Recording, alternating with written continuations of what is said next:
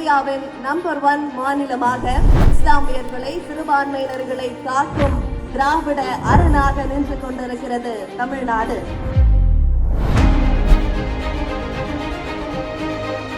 மாண்புமிகு தமிழ்நாடு துணை முதலமைச்சர் அவர்களை அன்போடு வரவேற்கின்றோம். வருஷம் ரம்ஜான் மாசத்துல நல்ல உதவி திட்டத்தை கொடுத்துட்டு இருக்காரு.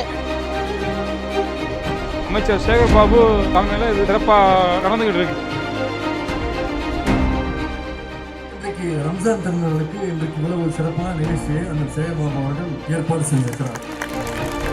எப்பயுமே அவங்க முஸ்லீமுக்கு சப்போர்ட்டா இருப்பாங்க, அதுல எந்த மாற்றமே இல்லை. இப்ப ரம்ஜான்லயும் கொடுக்குறாங்க, பொங்கல் வந்தாலும் கொடுக்குறாங்க, கிறிஸ்துமஸ்க்கு வந்தாலும் கொடுக்குறாங்க.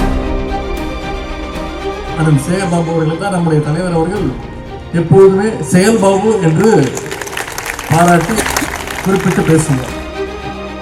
நான் சின்ன வயசுல இருந்தே பாக்குறேன், எங்க அம்மா வாங்கிட்டு இருந்தாங்க, இப்போ நான் வாங்குறேன்.